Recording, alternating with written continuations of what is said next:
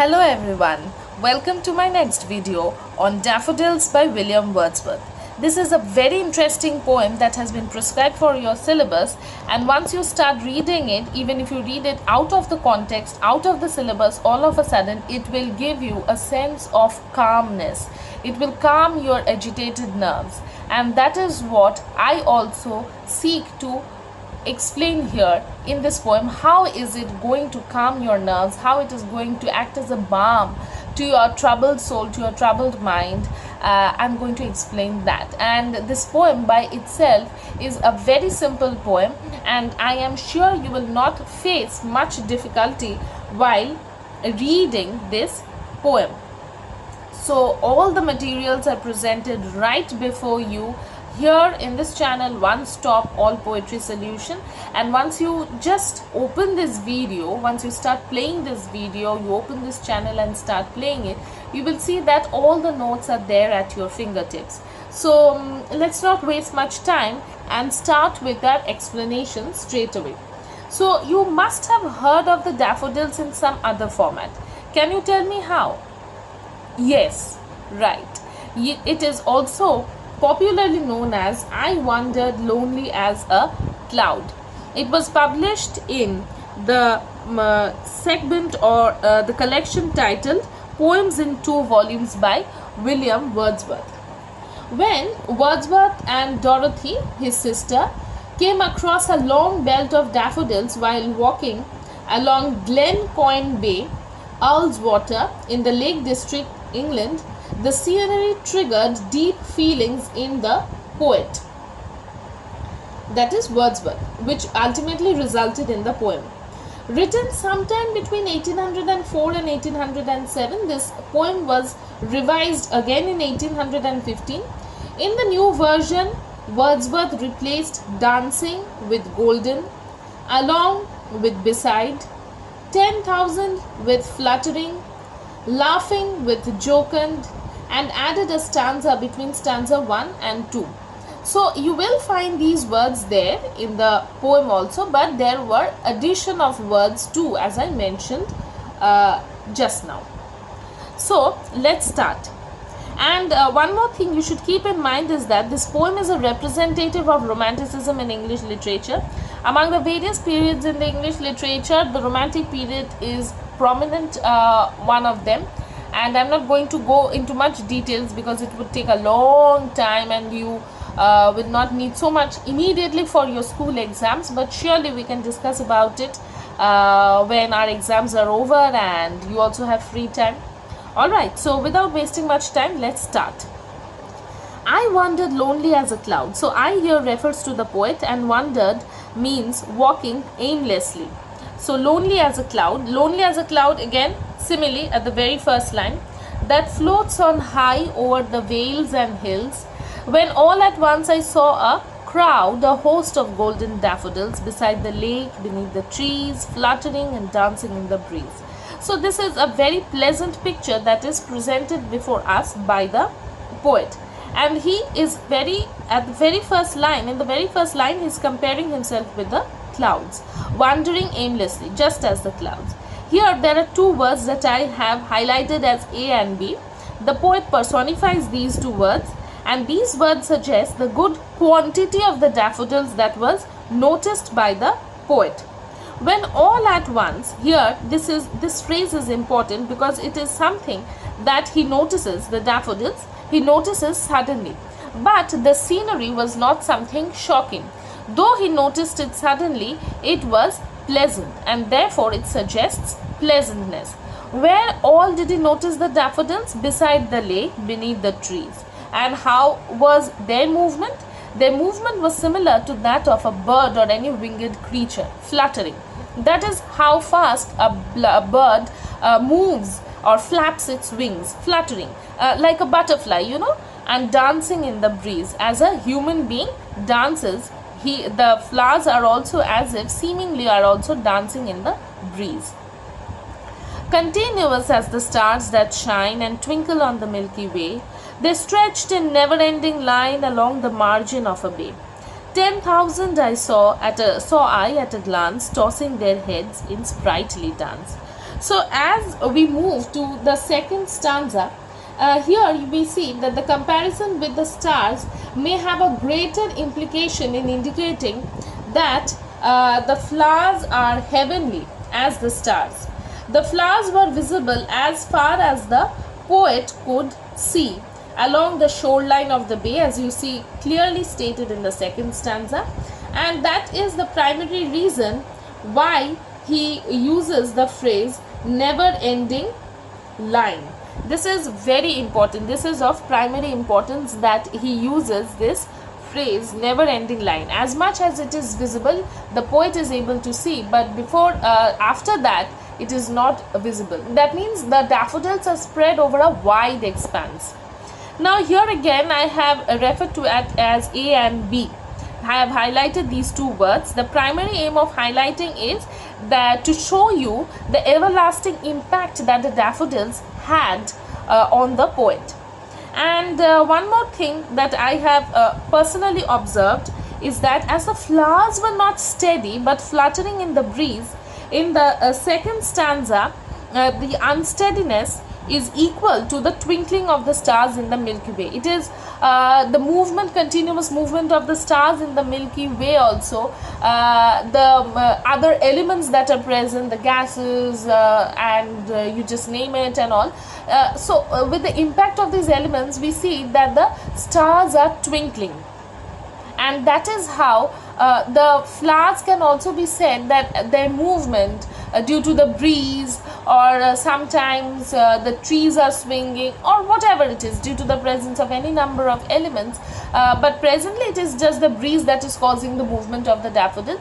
It is appearing as if they are also twinkling, as it is they are golden in color, so it seems that they are twinkling in the in that vast expanse, and tossing their heads in sprightly dance. It is joyful, it is full of spirit, it is full of energy, and very clearly it is understood that the daffodils were joyful, just as the mood of the poet, just as the poet was joyful, similarly the daffodils too were joyful. 10,000. Here the poet has never seen so many daffodils in one. It is not that he is counting them one by one, but the counting 10,000 saw I at a glance, it signifies a hyperbole. This is another figure of speech, hyperbole, that you should keep in mind. Alright, so another thing that I would like to add here to the second stanza is that the poet was amazed at the beauty of the flowers, so he found everything around him joyful. You see very clearly, sprightly, tossing their heads. So these are significant words that suggest joy, and all these references of dancing, tossing heads are parts of this personification of the flowers. Okay, so now let's move on to the third and the fourth stanzas, and after that we will talk about the theme and the figure of speech, and overall the analysis, a brief analysis which will help you to keep a rough idea in your mind before you head on to your exam hall. Okay, so let's move on to the third stanza. The waves beside them danced, but they outdid the sparkling waves in glee. A poet could not be but gay in such a jocund company. I gazed and gazed, but little thought what well the show to me had brought. So the poet is telling here that beside the lake it was growing very happily, the daffodils, and though the waves were shining and they were moving, the waves were also dancing, right? Because of the joyousness, because of the joyfulness of the means basically the poet was very pleased to see the pleasant atmosphere, the daffodils, and be it the waves or the daffodils, everything seemed to dance, everything seemed to sparkle, everything seemed sprightly.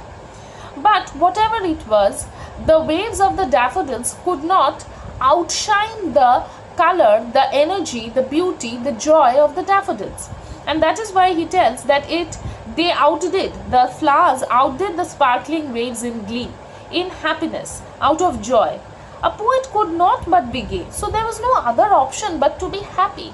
And that is what he tells, that a poet like similar to Wordsworth or any other poet for that matter could not be but happy in such a jocund company, in such a joyful, positive company of whom?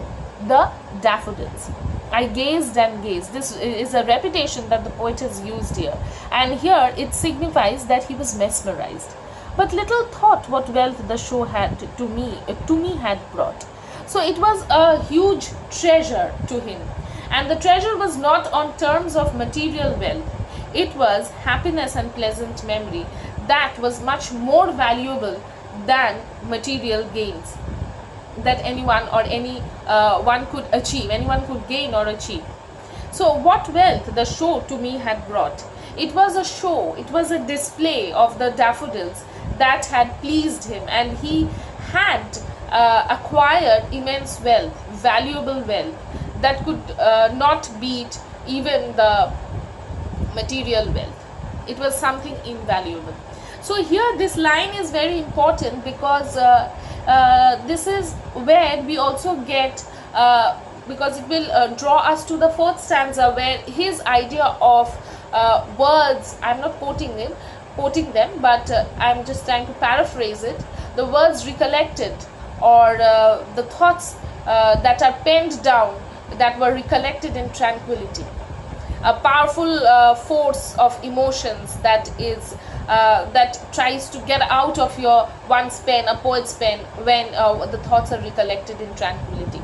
So once you gather, or once you accumulate great number of thoughts, pleasant memories, then only can you produce such beautiful poems, and that is what it seems that Wordsworth is hinting here too. Now let's move on to the fourth stanza.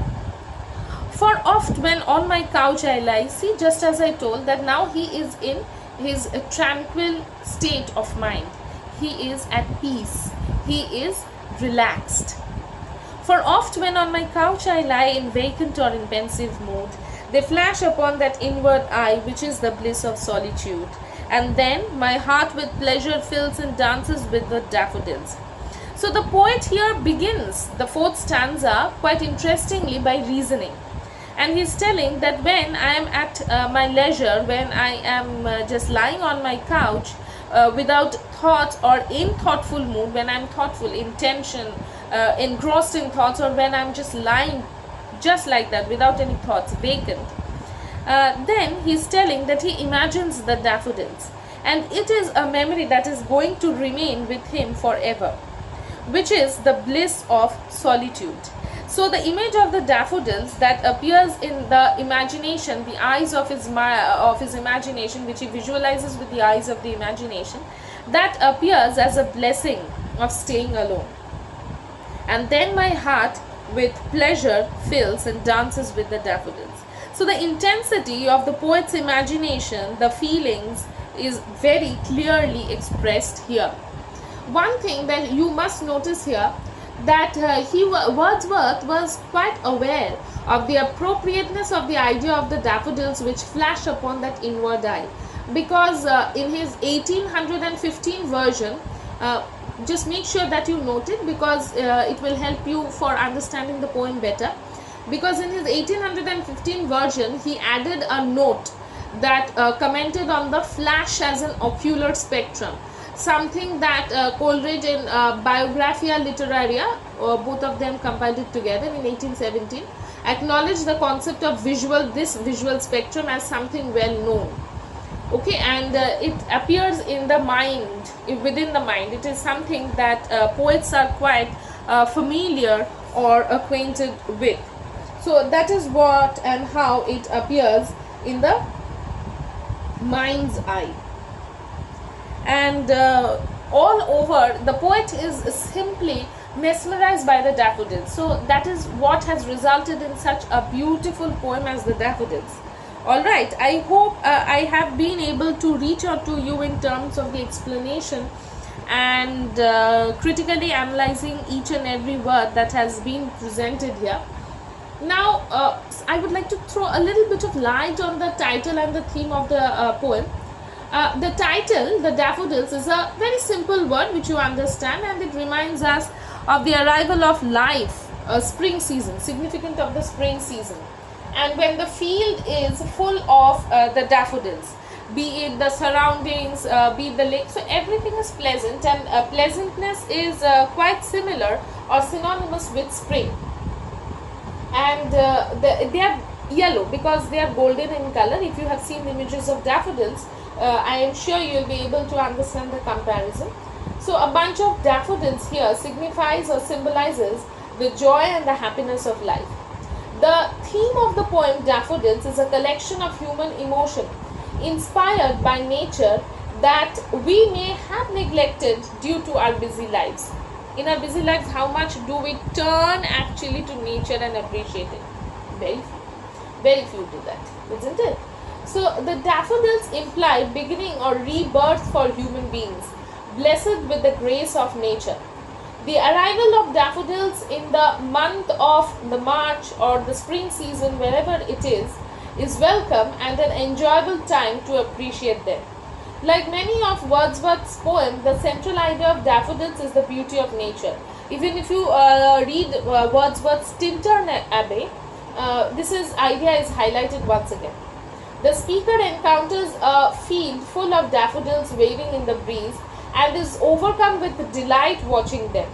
So after leaving the field, he often thinks of the flowers when he is either lying without any thoughts, whether he is bored or melancholy or thoughtful, and the memory of their beauty and cheer once again brings him that joy that he had experienced while witnessing them.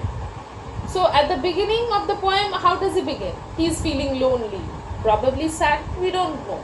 But he begins somewhat on a negative note, we can tell. Okay.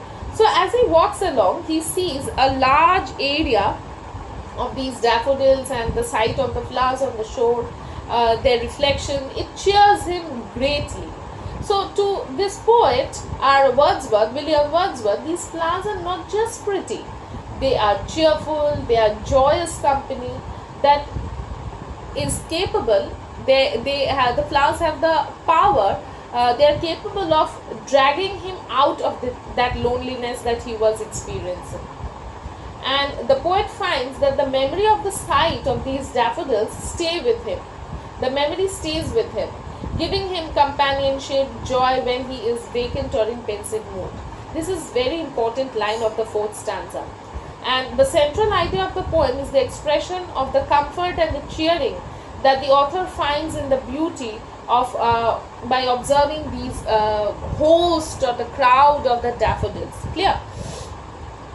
So you must keep this in mind while writing this poem, because ultimately it is going to help you a lot while analyzing and dissecting the poem, or when you are supposed to critical appreciation come, because these would come, these notes or these lectures that I am trying to put forward to you, they would come handy.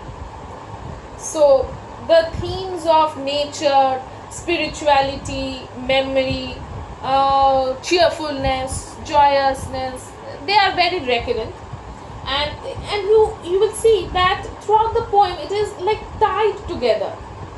Wordsworth himself is the speaker, and as he moves in our mind's eye, when we close our eyes, we are also moving along with and visualizing along with the poet. Like him, we, the readers, also take pleasure in the sight of the daffodils that revives not only the poet's spirit but also the spirit of the readers. And they are, we understand, not only to him but also to us, a comfort in the real time.